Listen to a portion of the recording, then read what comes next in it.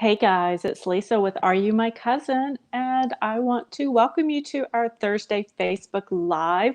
I see we already have some folks in the chat, so that is fabulous. Thank you so much. Hey Lily, I'm glad you're here today. So you're getting some of that rain out down in southern Mississippi, aren't you? Yes, from that tropical depression. Yes.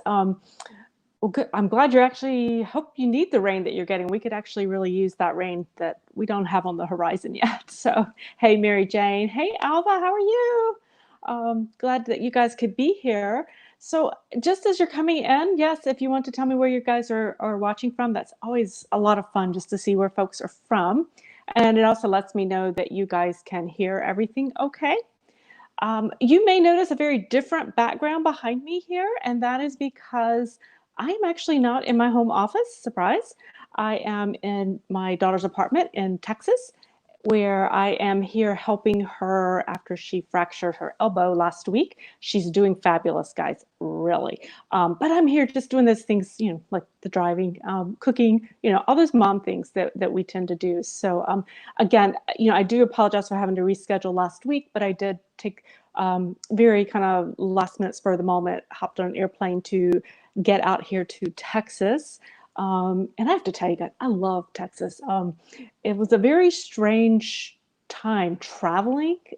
It was the first time I've really traveled with the whole pandemic thing. So it was very unusual. But everything went fine, and I got here, and so we're doing just fine. But it was a bit odd, and I do apologize for needing to reschedule the YouTube live. But I've got the same topic. We're going to talk about preparing yourself and making sure you're setting yourself up for genealogy research success as you go, so that you're being successful with your research. All right, I see lots of stuff happening in the chat here. So, hey, Julius from Green Bay. Danya, yay, and welcome again. Glad you're back. We have Patty from Portland. Oh, thank you. Yes, my daughter is doing fabulous. Visiting in Milan, Illinois. Yay. Hey, Donna. And we have Lori. Hey, Lori from up in Massachusetts. So, yes, so glad that you guys could make it with me today. So I am glad that I could be here. Fingers crossed. Even today, despite all the airplane and the travel, my whole tech situation changed. And so up until about 3 minutes to go, I still was fiddling with all the tech, but I think I have everything set up. I'm actually doing this on my iPad as opposed to my laptop this time. So fingers crossed, everything goes well. Any links that we talk about today, I will have them in the description below. So whether you are watching live or whether you watch on the replay, check the description below after this has ended and I get everything taken care of. We'll have all of any links that you might need, although I don't really have a lot of links for this one.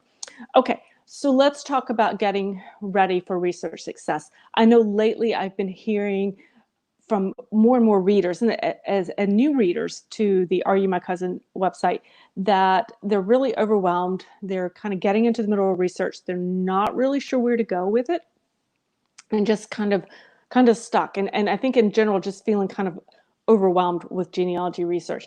And I will tell you, I get that feeling as well. Sometimes when I'm researching, I get really deep into it, or I start a new project and I just all of a sudden end up and I'm just like, whoa, I'm really stuck. I'm trying to do too many things at one time. I'm trying to research too many lines. I need to stop. I need to bring everything back down to the basics and get started again. So I really wanted to talk with you guys about how to do that. Now, one of the number one things that I would suggest is that when people are researching, oftentimes we're not using a plan when we research. I dare say when you were in high school, your English teacher, when she set out and set that assignment for you to write that English paper, required you to do an outline or some type of plan. Well, I know I hated doing those outlines, but I actually have come to embrace that. I embrace that in my research and I embrace that in my own writing of the blog post over on the website. And by planning, it does give us a place to go and it keeps us off the rabbit trails. So I like to say that genealogy friends, do not let other genealogy research friends research without a plan. So when you're making that plan and really knowing what you want to do, the first thing you want to do is, what is it you're trying to accomplish with your research? And this is sometimes where people get off the rails kind of early on, because they're thinking, all right, I want to prepare this research project and I want to find my ancestors back to the homeland. I want to find, all of the ancestors who lived in a certain area. I want to find out all of the siblings at one time of my ancestor, anything like that. And what happens is we end up with a project that's really too broad, when we're better served to what's that next generation. So if you're starting and very beginning and it's just you, then you start with yourself, and who are your parents, who are your grandparents, who are your great grandparents, and work your way back that way, obviously.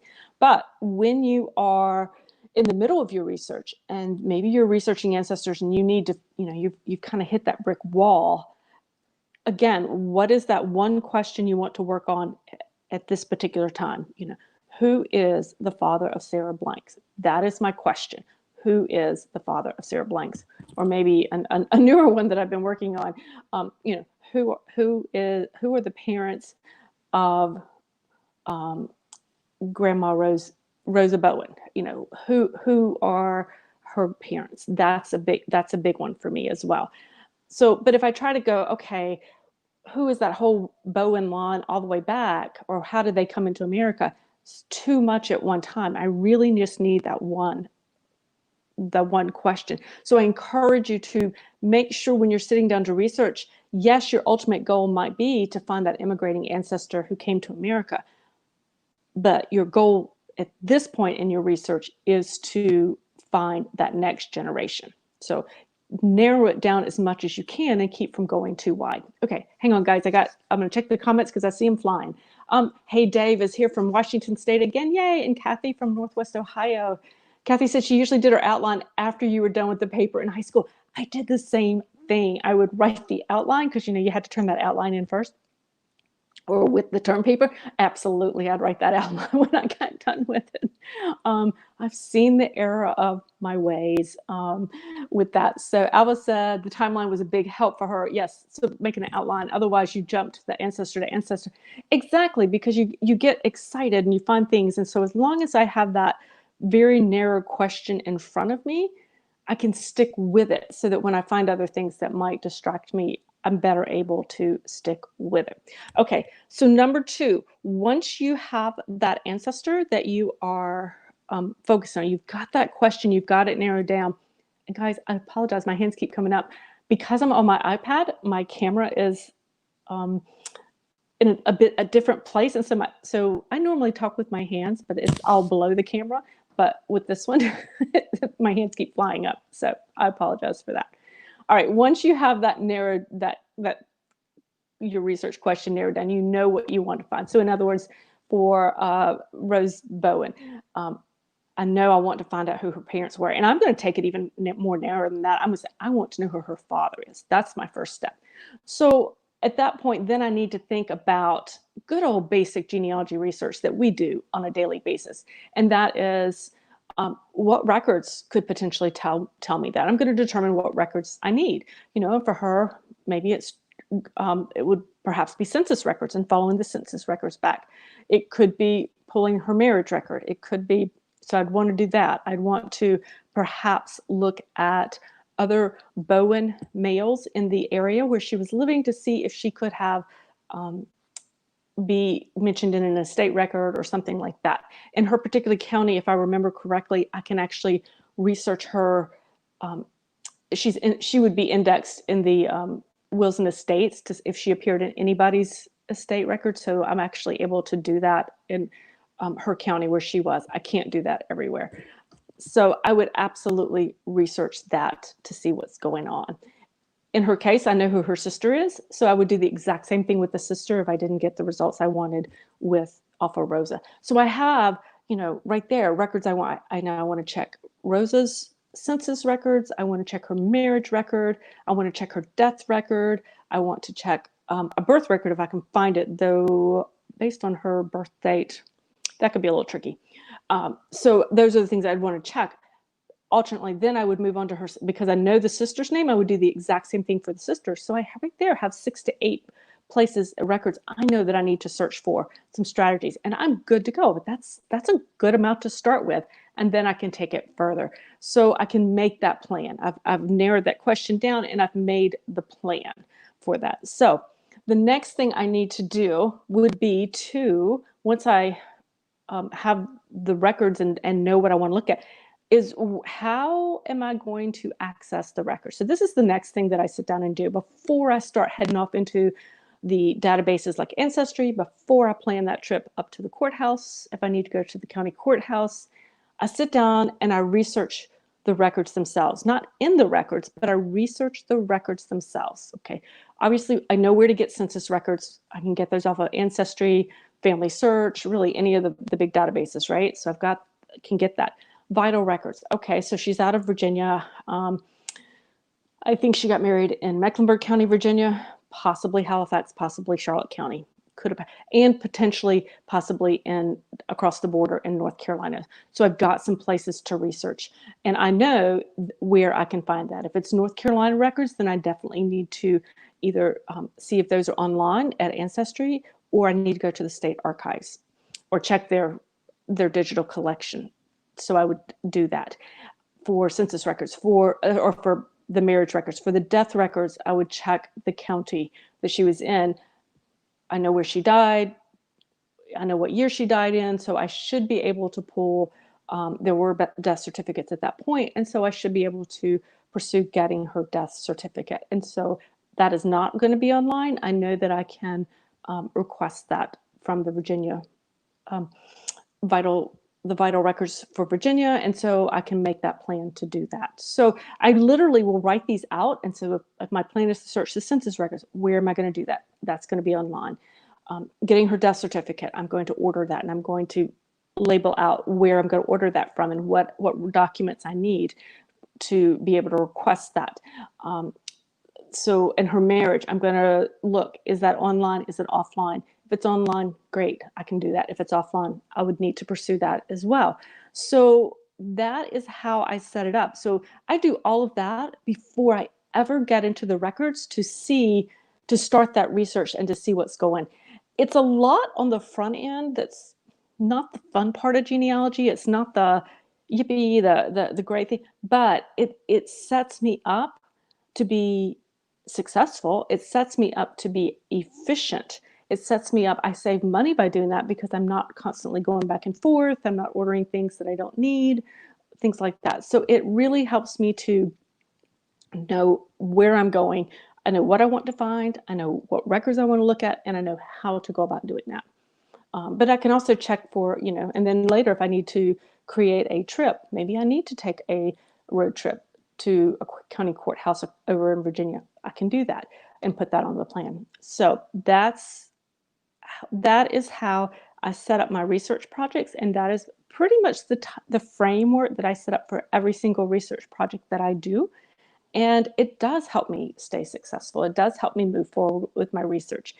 And it helps me when I'm in those brick walls, it helps me know what I've done and what I haven't done. So because I set everything up the same way each time, it helps me move forward. Different records, it's a different research question, different records, and maybe it's a different research technique in the sense that it's online versus offline, but it's still, because I do those 3 steps every single time, it's my workflow. It's my research workflow as I set things up. And that's an important thing when it comes to, well, really, most tasks in life, whether it's genealogy or cooking or whatever, when you have a workflow that works well for you, you don't have to stop and think about it every time. You don't have to stop and reinvent the wheel every time. You can sit down and do it, and you're done. It really helps with your productivity. All right, so I'd love to know what you guys think. If you guys do something like this, do you do something similar? Is yours totally different, or do you just are you one of those folks who can fly by the seat of their pants and do quite well?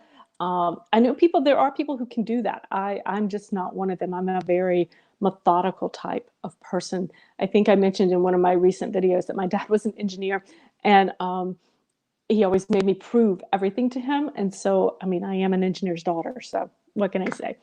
All right, let's check those comments. So, hey, Evelyn is from Gulfport, Mississippi. I bet you're getting some of that rain too. Hey, Lily. Um, yes, thumbs up. Oh, hey, Martha. And Martha's here from Ohio. Yay! So we're really around. We've got the U.S. covered here. It looks like today. So, what do you guys think? Do you guys actually write down your research plans? Do you not write them down? I know when a lot of folks are getting started, we have a tendency not to do that, but it is important to do that. I absolutely have articles about how to do this over on the website. There's a YouTube video here. Absolutely, when we're done, it's actually that on the very, if you go to the main YouTube page, my YouTube page, you'll see it up there. It's about research plans.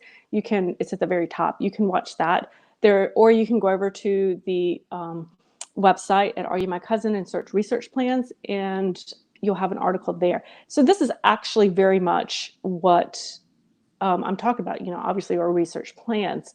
Another way to think about it is, actually I read an article recently that some of you guys thought was really funny, which was about how Joanna Gaines and the DIY home shows taught me to be a better genealogy researcher. And this is exactly what we were talking about, is research plans and knowing what it is you want to do before you get started so that you're successful.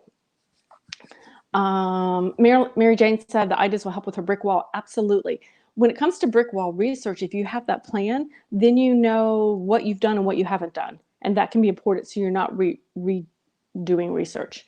Danya said, good ideas. She has to pull back and rethink about her searches and revamp your plans. Yes, Danya, I know. I sometimes it gets away from me and I have to pull back and start over again. And save your sources. Yes, Mary Jane, that's a whole nother video. Lily says she doesn't write it down. She jumps back and forth between ancestors. And it's okay to jump back and forth between ancestors. In fact, I do that because sometimes, I get frustrated with an ancestor. And so I just need to leave them be for a while. That's good because they're not going anywhere. And so at any given time, I have multiple research plans that are out there. Because one, maybe I'm just stuck and I need to get away and I need a fresh perspective. So I'll step away from that one and do a different one. I also have those plans ready to go. So for instance, I have one research plan ready to go because I was planning to do a research trip up to Richmond, Virginia at the Library of Virginia. And then unfortunately the pandemic hit. So that one's still sitting there. And I've actually been adding to it as I go because I've had other things come up too that I've thought about. So I have, and then I have another research plan that I was working on an ancestor. And I thought, you know what, I really need to see the court records, the chancery records, and I need to get up to the county courthouse. And so I have a research plan for that particular gentleman, and it is ready to go when I'm able to do that, when it's, we're out of this kind of pandemic type thing and can do that. So I have that ready to roll. Okay, hang on, let's see what we got here. So it's perfectly okay. Now I do have those written down, Lily, so that I don't miss them. Martha says she writes it down because I taught you to do that. Yes, yay, yes, she's been in one of my classes before. Lydia has 3 different last names for your grandmother. You have her death certificate, her mother and father are unknown. Help. Oh gosh, those are tough. Head over to the website and read. If you type in the search bar female ancestors, then you should be able to pick up some strategies to help you with that. Those 3, when you have 3 different last names, absolutely. But I would tell you right now, timeline. Start with a timeline. But then head over and check out this website. Donnie said she learned the hard way about not recording sources, and you save them in a spreadsheet. Yes, part of your plan. I use spreadsheets too. So I use spreadsheets for my plans, but sometimes I just write them by hand because I get too lost in trying to make the spreadsheet. So when I do things by hand, I don't tend to. I'm quicker. I don't get lost in all the techie stuff because I kind of enjoy the techie part of things too.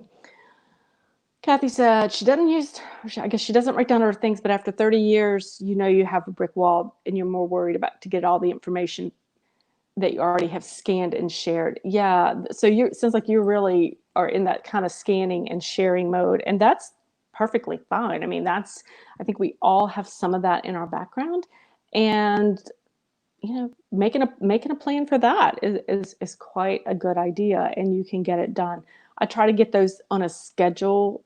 When I sit down to do it, I try to get a schedule for that so that I can keep things moving forward, because that's one of those someday things. And sometimes someday doesn't ever get here, right, guys? Jude says she keeps a list of questions for each person in your tree and what you need to work on the plan. Perfect. That is perfect, Jude. Absolutely. Just, when you have questions, research plans don't have to be super complicated.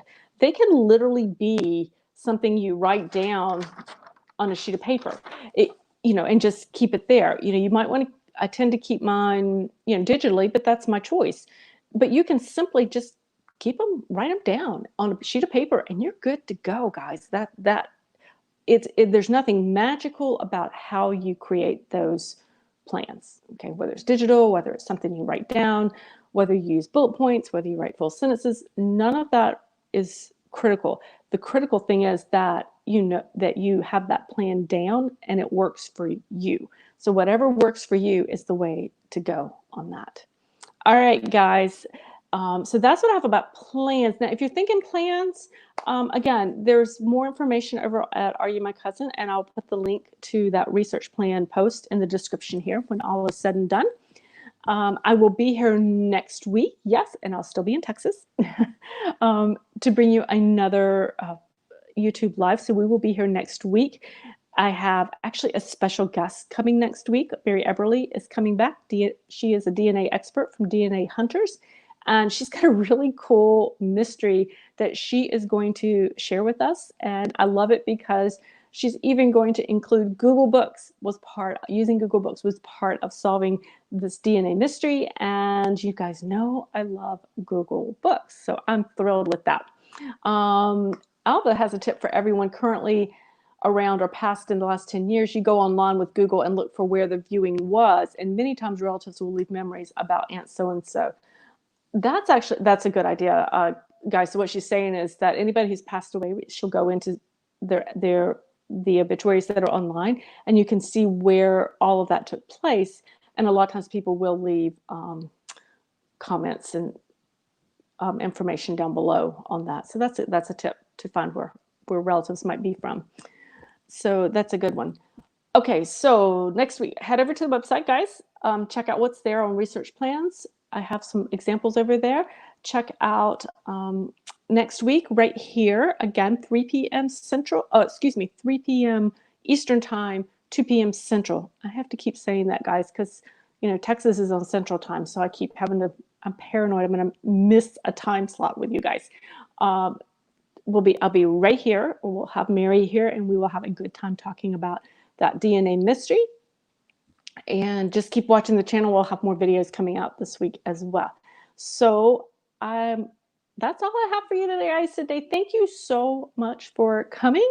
I'm glad to be able to be here. I was really disappointed to miss it last week because this is a topic that is just near and dear to my heart, and I love to teach about it. So I'm glad that you guys joined me today, and I will see you next week for our YouTube Live with Mary Eberly and the DNA Hunters. All right, guys, have a great